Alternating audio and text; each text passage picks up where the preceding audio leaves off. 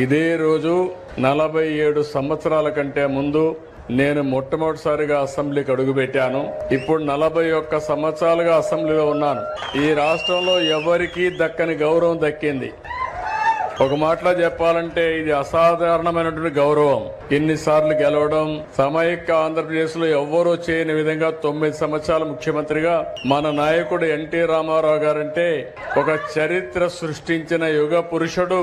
అలాంటి యుగ పురుషుడి దగ్గర నేర్చుకున్న తర్వాత 9 సంవత్సరాలు అందరికంటే ఎక్కువ సమయం ముఖ్యమంత్రిగా ఉండే అవకాశం మీరు నాకు ఇచ్చారంటే అదే నేను చూపించిన చొరవ, పట్టుదల. 10 ఏళ్లు అపోజిషన్ లీడర్ గా పనిచేశాను. ఇప్పుడు మళ్ళా రెండోసారి ముఖ్యమంత్రి. 5 ఏళ్లు ప్రతిపక్షంలో కూడా పనిచేశాను. నా రాజకీయం అంతా పెరగనిటువంటి రాజకీయ జీవితం నాది. నా ఆలోచన అంతా ఒకటే, నా చివరి రక్తపు బొట్టున్నంత వరకు ఈ పేదవాళ్లకు, రాష్ట్రానికి, తెలుగు జాతికి న్యాయం చేయాలని ఏకైక సంకల్పం.